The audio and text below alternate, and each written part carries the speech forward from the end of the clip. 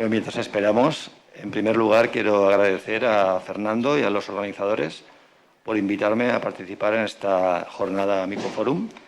También quiero agradecer a la ciudad de Albarracín por acogernos y a todos vosotros por participar. Bueno, cuando... Ya está. Ya está, vale. Uy, se ve ahí... Se ve partida, ¿no? No se puede poner a pantalla completa. Es la edición que vale, está haciendo. perfecto.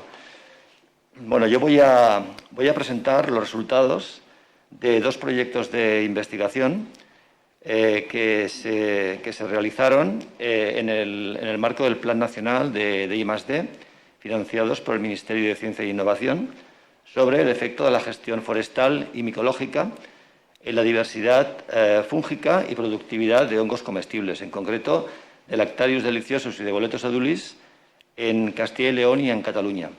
En concreto, yo voy a presentar los resultados obtenidos en el caso de estudio de Pinar Grande, en Soria, con Boletus edulis. Bueno, las variables relacionadas con la producción micológica pueden ser variables de sitio difícilmente modificables, como pueden ser las variables climáticas, las características del suelo o las características topográficas de la zona. Sin embargo, existen otras variables que son modificables mediante silvicultura o mediante gestión micológica, como pueden ser pues, la densidad del rodal, la edad del rodal, la composición de especies o la gestión micológica regulando la recolección. He puesto aquí un poco entre dos aguas el microbioma como una variable que está adquiriendo cada vez más importancia, que puede estar relacionada con la productividad de determinadas especies, pero que todavía es un campo en el que queda todavía mucho por estudiar. En algunas especies se ha visto que determinados microorganismos del suelo pueden afectar positivamente a la fructificación de determinadas especies de interés, como pueden ser terfecia o tuber. En la especie que nos ocupa, que es Boletus edulis, es un hongo comestible ectomicorrícico. Esto quiere decir que es un hongo que necesita establecer una simbiosis con una planta hospedadora adecuada, en este caso sería el pino, formando unas estructuras denominadas micorrizas, en las raíces finas, en las raíces tróficas. La germinación de la espora coloniza esta raíz, forma esta estructura denominada micorriza. No sé si aquí se ve el cursor. Bueno, se ve abajo. En el caso de Boletus edulis tiene un color blanco, blanquecino, un poco beige. Y a partir de aquí el micelio se extiende, colonizando la rizosfera y todo el suelo alrededor de la raíz, aumentando extraordinariamente la capacidad de la planta para absorber agua y nutrientes a través de las hifas de este hongo. En cambio, en retorno, la planta proporciona al hongo hidratos de carbono que no puede obtener, como obtendrían, por ejemplo, otros hongos que son saprófitos que obtienen el carbono en la materia orgánica. En este caso, esos hongos obtienen el carbono a partir del CO2 a través de la fotosíntesis de la planta. Bueno, el seguimiento de la dinámica de los hongos, la monitorización, se puede realizar a través de inventarios de producción de setas, de esporocarpos o de trufas, que es la práctica más común. Sin embargo, otras fases de la simbiosis también pueden ser muestreadas, como pueden ser las micorrizas. En este caso se tendría que obtener el suelo, buscar las raíces, identificarlas y ver un poco cuál es la dinámica de este hongo. Hay una tercera fase, que es el micelio extrarradical, que es muy importante. Esta fase no es visible, es críptica, y se puede detectar mediante técnicas indirectas, como es el análisis del ADN del suelo. Sin embargo, el seguimiento del micelio en el suelo es muy importante por varias razones. En primer lugar, como he comentado, el carbono que esta gran masa de micelio del suelo almacena es carbono a partir de CO2. Por lo tanto, es un elemento importante de regulación del clima, este almacenamiento de CO2 a través del micelio de los hongos ectomicorrícicos. Por otro lado, la tasa de renovación, o turnover en inglés, es muy elevada. Por lo tanto, si nosotros hacemos un seguimiento del micelio después de realizar un tratamiento, por ejemplo, silvícola o un manejo micológico, podemos ver una respuesta mucho más temprana, mucho más dinámica que si nos remitimos a esperar que aparezcan los carpóforos, que también es otra práctica complementaria, pero de este modo podemos obtener resultados a más corto plazo. La novedad de los estudios que voy a presentar es que hemos trabajado principalmente en esta fase, en la detección del hongo a través de la detección molecular del ADN del suelo. Bueno, básicamente se han utilizado dos técnicas. Una es la cuantificación del micelio en el suelo. Esa técnica, para ser efectiva, tiene que tener un carácter cuantitativo.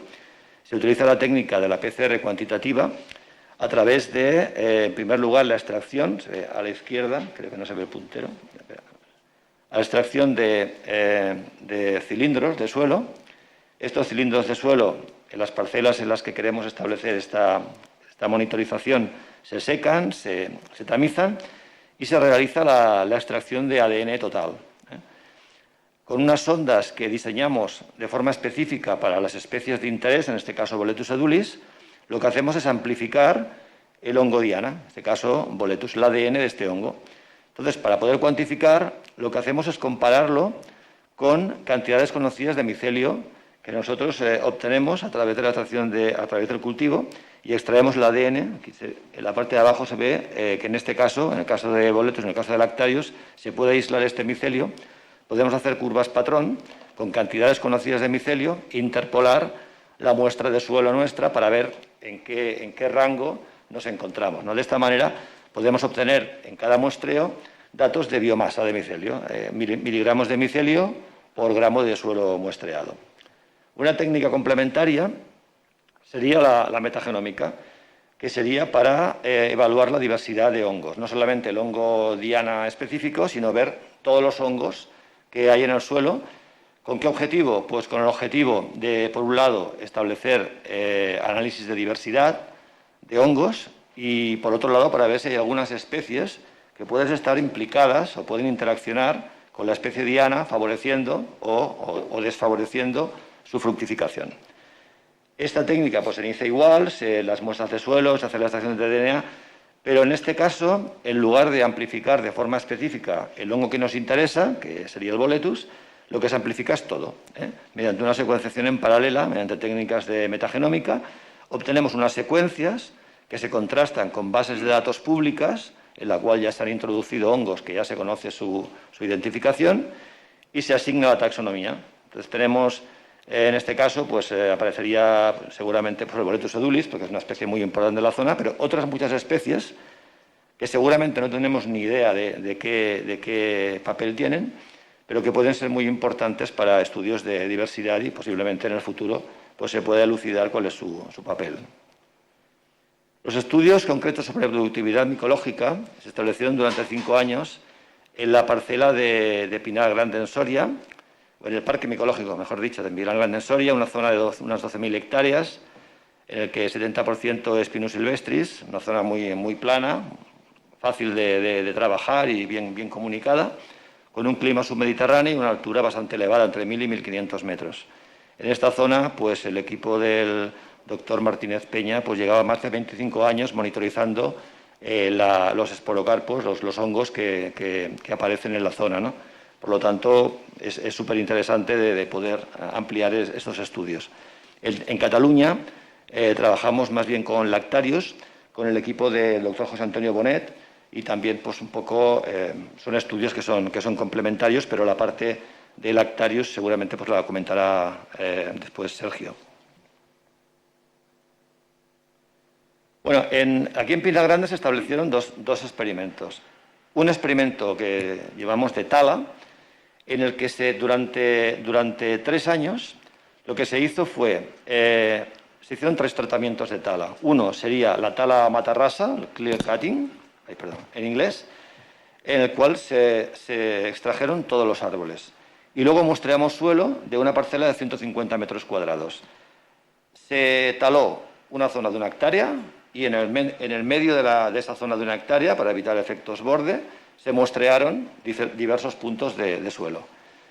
Se estableció 3 parcelas de clear cutting, totalmente cortadas, 3 parcelas en las cuales se realizó una corta parcial, se removió el 70% de los árboles, de manera que quedaban entre 1 o 2 árboles padres que serían destinados a proporcionar semilla para la regeneración de las plántulas, y quedaría, ya os digo, en cada parcela de 150 metros cuadrados muestreada 1 o 2 árboles padre, y después, parcelas control en las cuales no se realizó ningún tratamiento de tala. Y el segundo experimento es el experimento de recolección, en el cual se establecieron parcelas, en este caso más pequeñas, de 5 por 5, de 25 metros cuadrados, 6 parcelas en las cuales se recolectó todo, en este caso durante 4 años y semanalmente. Todo me refiero a Boletus edulis. Y luego 6 parcelas en las cuales no se recolectó y se dejó pues, que se descompusiera in situ, ¿no? Y se vería pues, la evolución de los 2 ensayos. Bueno, aquí esto es la representación del mapa, las zonas de vaguadas en las cuales se establecieron las parcelas, que son las zonas en las cuales se realiza el inventario micológico que os he comentado. Y bueno, los primeros resultados, aquí tenemos los efectos de la tala durante estos años. En el 2012, en diciembre, se realizó los tratamientos de corta, parcial y total. Y a partir de 7 meses tras la tala, se observó en el micelio, recordemos, estamos prospectando micelio, diferencias significativas con el control. Entonces, se vio que tanto los tratamientos de tala parcial como total, la cantidad de micelio prácticamente no desapareció, pero se mantuvo en límites muy bajos, y en todos los casos, a partir del 7º mes, en todas las medidas estacionales durante estos 3 años, se observó mucho más micelio en las parcelas en las cuales no se había realizado el tratamiento de tala, ¿no? Este pico corresponde a un año excepcional de producción micológica en el 2014, que yo creo que se quintuplicó la producción de Boletus y también se reflejó en el micelio. Bueno, también se detectó la misma diferencia. Bueno, los efectos de la tala, en este caso, en la diversidad de hongos, se analizó mediante análisis multivariante. Aquí tenemos las trayectorias de los tratamientos y el porcentaje de diferencia respecto al control. El control sería la zona, esta línea horizontal, y los 2 tratamientos de tala, parcial y total. Cuando medimos taxones, es decir, podían ser las especies de hongos que nos encontramos, pues vimos que Boletus edulis, pues era una especie que significativamente se reducía, al igual que obtuvimos en el experimento anterior, o sea que los resultados eran consistentes, ¿no? Cuando analizamos los grupos ecológicos, que son agrupaciones de especies con una funcionalidad parecida, por ejemplo, grupos de ectomicorrízicos, grupos de saprófitos, grupos de otro tipo de micorrizas, hongos que son patógenos, parásitos, etc. También vimos que la tala, tanto la parcial como la total, porque las líneas son paralelas, no habían diferencias, las trayectorias son paralelas, resultaba perjudicado el grupo de hongos ectomicorrízicos de forma significativa. Bueno, en este otro gráfico vemos las correlaciones con las variables explicativas tala y año, y de nuevo vemos que la relación de Boletus edulis, la abundancia en parcelas control, fue muy elevada, como era de esperar, y en el año 2012, o sea, antes de los tratamientos de tala. Y por otro lado, cuando miramos los fungal guilds, estos grupos funcionales, pues vemos que los hongos ectomicorrízicos, también nos aparecen a la derecha, asociados a años tempranos, en los que todavía no había efecto del tratamiento, y a parcelas control. Por el otro lado, nos aparecían hongos formadores de micorrizas arbusculares, que también están señalizados en amarillo, en el lado contrario. Es decir, en las parcelas en las cuales se había sometido a tala y en el que habían aparecido pues, arbustos y plantas herbáceas, que son plantas que forman este tipo de micorrizas arbusculares. Por lo tanto, también los resultados eran coherentes con lo que observamos. El segundo experimento de efectos de la presión recolectora, pues durante los 4 años en los que se hizo el seguimiento del micelio en el suelo, en las parcelas en las que colectábamos todos los boletus y no colectábamos ninguno, fue que no había ningún tipo de diferencias en ningún momento. Estos resultados también son consistentes con resultados obtenidos en estudios a más largo plazo, por ejemplo, en Suiza, en los cuales se observó pues, que, en ese caso con esporocarpos, en periodos largos de tiempo, en los que había recolección, no había un efecto detrimental o perjudicial para los carpóforos. Sin embargo, sí que observaron que había un efecto en el pisoteo, es decir, que si se pisoteaba mucho el terreno, no afectaba al micelio, pero podía afectar a los primordios de los carpóforos y de esta manera pues, se podía afectar también la producción de setas, ¿no? Esto pues, me hizo pensar un poco cuando Ricardo ayer nos explicó que se tenían pues, censados unos 25.000 recolectores en un año normal, que creo que fue el 2018, pues claro, 25.000 recolectores que además en muchos casos no se alejan mucho del coche, pues también sería interesante ver si este trampling, ¿no? Este pisoteo por la zona pues podía afectar también a la productividad. Lógicamente ya a nivel de toda la zona pues seguramente no, porque la densidad tampoco sería muy elevada, ¿no? Excepcionalmente, aunque solamente estudiamos efectos de gestión, también os quería enseñar un gráfico en el que, en este caso sí que con carpóforos, con boletus, con setas, vimos la relación entre la producción y variables climáticas, sería temperatura y precipitación. Y aquí en este caso, por un periodo como teníamos datos de esporocarpos, lo hicimos por 8 años, vimos curiosamente que había esta variación bianual de producción, tanto de número de carpóforos como de peso, pero cuando miramos la relación con las variables climáticas observamos que la producción de boletus estaba relacionada positivamente con la precipitación del mismo otoño en el que se realizó la recolección. Y bueno, un poco sorprendentemente vimos que la temperatura o la precipitación del verano anterior, primavera anterior e invierno anterior, tampoco nos fuimos mucho más atrás, no había ninguna correlación entre ni la precipitación ni la temperatura con la producción. En cambio, cuando llueve en el mismo momento, en la lluvia en otoño, digamos, que es la que condiciona la aparición de esporocarpos. Bueno, parece lógico que cuando llueve salen setas, pero también esperábamos que las lluvias de verano tuvieran un efecto. Pero bueno, esto es un caso de estudio, posiblemente en otras zonas pues podría ser un patrón diferente.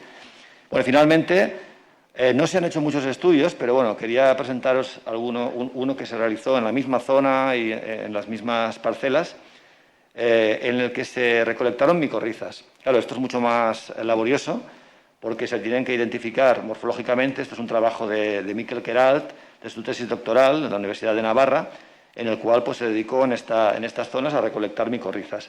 Entonces, la clasificación se realiza a nivel morfológico mediante unas claves publicadas por Agerer, un atlas de ectomicorrizas, y que bueno, tienen en cuenta caracteres morfológicos, microscópicos y de ramificación y otros parámetros, pero que se complementa con secuenciación, porque en algunos casos no hay suficientes caracteres como para poder hacer la clasificación a nivel de especie, ¿no? Y a veces ni de género. Y bueno, aquí están los resultados. En el gráfico de la izquierda, en el gráfico de la izquierda se hicieron recolecciones en las parcelas control con corta parcial y con corta total a los 8, 11, 14 y 17 meses tras la tala. Y en un segundo ensayo lo que se vio era el efecto en las micorrizas, estamos hablando ahora, en las clases de edad. Clases de edad 2, 3, 4 y 5 corresponden a, bueno, aquí abajo está 16, 30, clase 2, 31, 50 años, 51, 70 y más de 71 años, ¿no? ¿Qué se observó en este caso? Bueno, pues en primer lugar, la cantidad de trabajo que se realizó. Casi 8.000 micorrizas en el primer ensayo y se detectaron 28 morfotipos, o sea, 28 micorrizas diferentes de otras, ¿no? Que podían ser algunas se clasificaron, otras llegamos a familia con suerte. Y en el otro ensayo, pues se analizaron 17.000 y se encontraron pues 37 morfotipos, ¿no? No hubo efecto del tiempo tras la tala, es decir, que daba igual que prospectáramos 8, 11 o los meses que fuera, que los resultados no influían. Y en este caso tampoco hubo efecto de la estación, en verano, otoño, invierno y primavera que se realizó en 2 años consecutivos, tampoco hubo un efecto en las micorrizas. Sin embargo, los tratamientos de tala disminuyeron la densidad de micorrizas y la riqueza de especies. Y en el caso del experimento de clases de edad no se observó un efecto ni en la densidad de micorrizas ni en la riqueza de especies. En cuanto a la composición de especies, pues se vio que la tala disminuía las boletáceas, como era de esperar, también a nivel de micorrizas, Y en el caso de las clases de edad se veía que contra más viejos eran los árboles, pues más incrementaban las rusuláceas, Rúsula y Lactarius, y en el caso de la tala, pues se vio que las rusuláceas no eran afectadas, no se afectaban.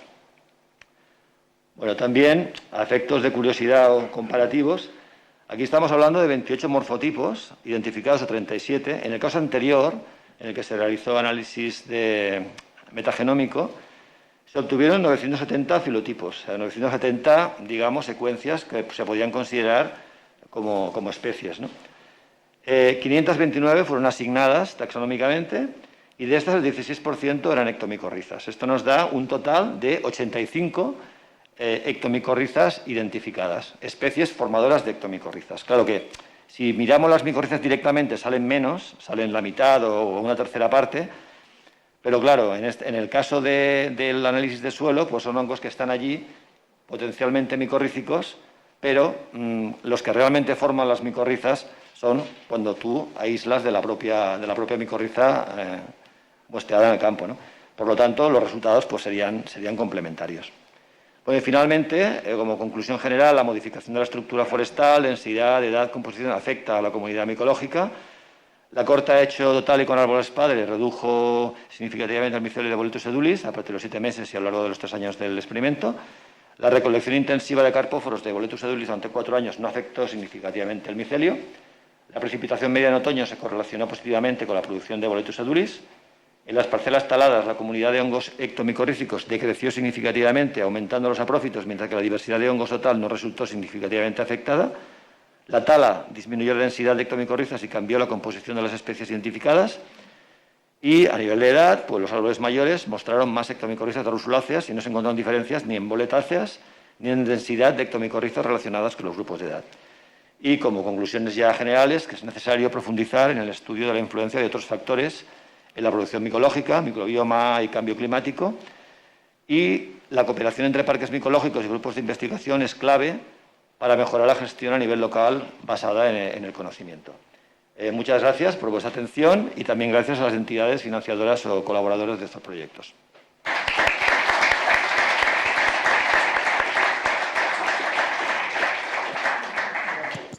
Muchas gracias, Xavier. Podemos tener un breve turno de preguntas. ¿Hay alguna pregunta? Ahí. Frank. El micrófono. Javier, Gracias, Javier, por esa presentación muy interesante. Una pregunta. ¿Cómo interpretan el efecto positivo sobre los micelios? ¿Es un efecto de exudados o han considerado una explicación funcional de lo que ocurre ahí? The effect on. Can you repeat the question?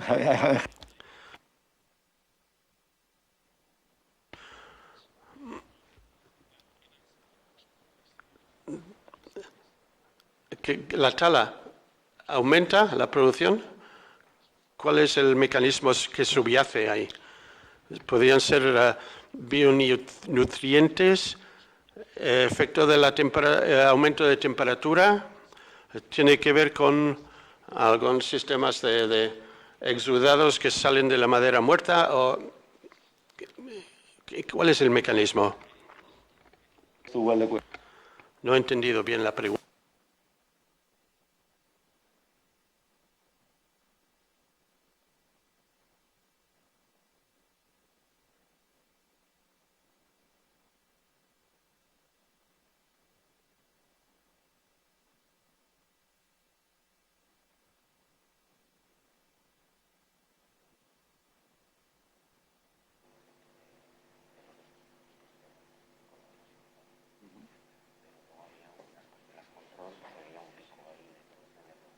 Yeah, I don't know if you mean. Que se refiere al pico que se observa en los las parcelas de control que tiene que ver con la reducción de micelio. No, hablaba del pico retrasado. ¿Cómo explica ese efecto sobre la producción de micelios? ¿Alguien en el público podría aclarar? Corta, Sí. el efecto se retrasa bastante en el tiempo, como 7 meses. ¿Cómo es que existe, cuando es tan rápida la dinámica del micelio, cómo explicas o qué causas explica este retraso Okay. en la Okay. reacción? Sorry, I understood. Había entendido que el pico del 2014, relacionado ya un aumento increíble, ¿no? Pero el pico que se detectó a los 7 meses, sí. Can you put the slide on? ¿Puede poner la gráfica otra vez? Maybe the renovation. Quizás la renovación de los micelios sería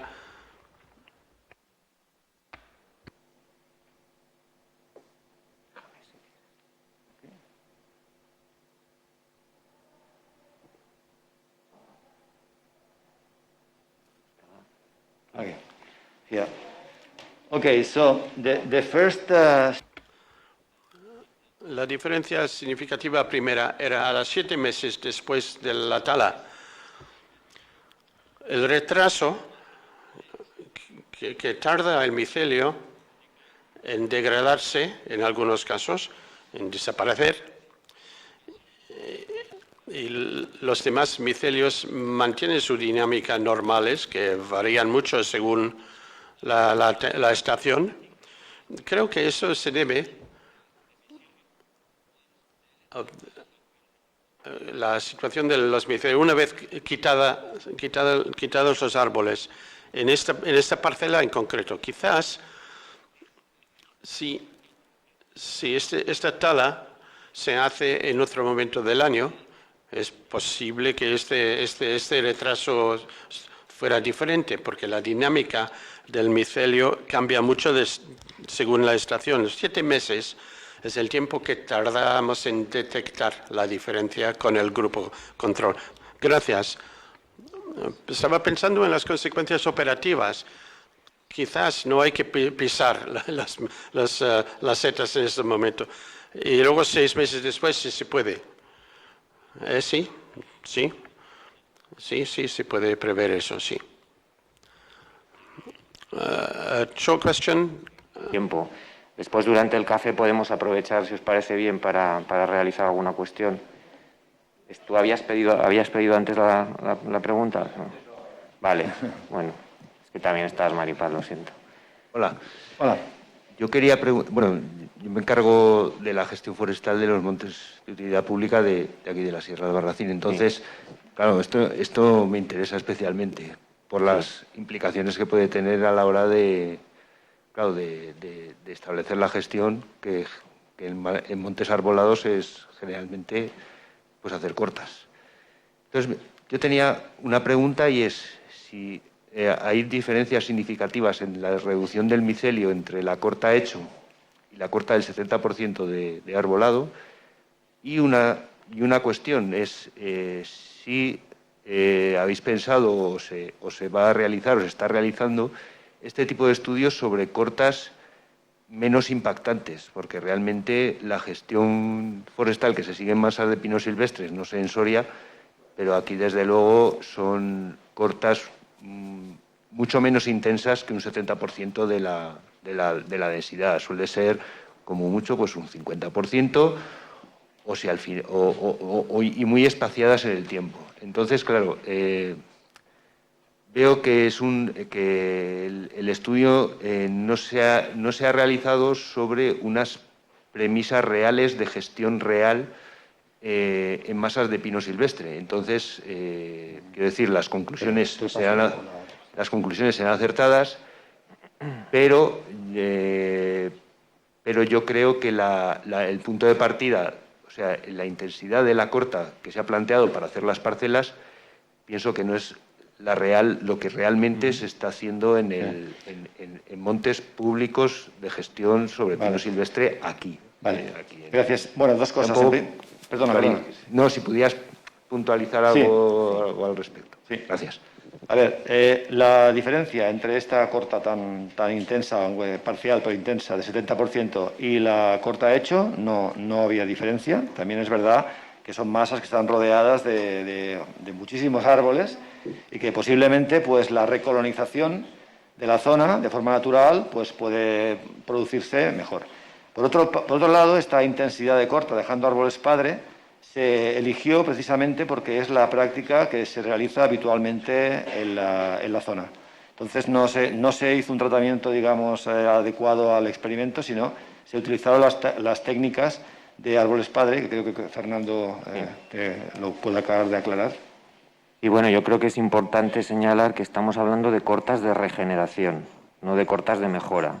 O sea, no estamos hablando de claras, estamos hablando de cortas de regeneración, que son cortas finales que hay que aplicar, o en ese monte se aplican en las masas de Pinus silvestris a los 120 años. Hay dos métodos de corta allí que se están aplicando. Uno es la corta hecho, pero como se había explicado, la corta hecho eliminas todos los árboles y en cuestión de 2-3 años ya tienes una regeneración completa. Ese es lo relevante de este resultado, es que tanto la corta hecho como la corta por aclareo sucesivo uniforme, en el cual sí que dejas unos pies durante unos años para favorecer la regeneración natural y posteriormente, una vez que esa regeneración se ha conseguido, cortas esos árboles. Ese fue el segundo tratamiento. Es importante señalar que no hubo diferencias entre los dos tratamientos. Eso es relevante decirlo, pero claro, estamos hablando de una corta hecho de 1 hectárea, que eso realmente es casi una corta por bosque, es un bosquete prácticamente. Y también hay que decir que en estas mismas parcelas se demostró que 20 años después de una corta hecho mucho más intensa que las que probamos aquí, se había recuperado absolutamente la producción de boletus y en general no había diferencias significativas entre la diversidad de esas zonas que se habían cortado 20 años atrás y las masas maduras que nunca habían sido cortadas, o sea, porque en ese monte no se ha completado todavía la ordenación. O sea, que yo simplemente, para tranquilidad de todos, decir que este tratamiento no estamos hablando de hacer claras, las claras tienen un efecto positivo, como ahora creo que se comentará. Estamos hablando de la corta de regeneración, que también es necesaria, porque al final el bosque hay que renovarlo y hay distintos sistemas de regeneración, y lo relevante es que no hemos encontrado diferencias significativas entre los dos sistemas. Y además sabemos que 20 años después se recupera la producción. Bueno, pues eso yo creo que es un dato importante. Únicamente muy breve. Como ha comentado Fernando, a los 20 años se recupera la producción de boletus, entonces nos planteamos también si sería posible algún tipo de manejo de reinocular esporas, porque esas esporas llegan de forma pues, al azar, ¿no? Y las plantas regeneradas pues, se colonizan otra vez con esos hongos que llegan de forma al azar. Si la regeneración ocurre rápido, como ocurre en 1 o 2 años, pues si se reinoculara la zona con esporas, podía ser un tipo de manejo que podía a lo mejor acelerar la nueva producción de boletus. Es una cosa que también sería interesante de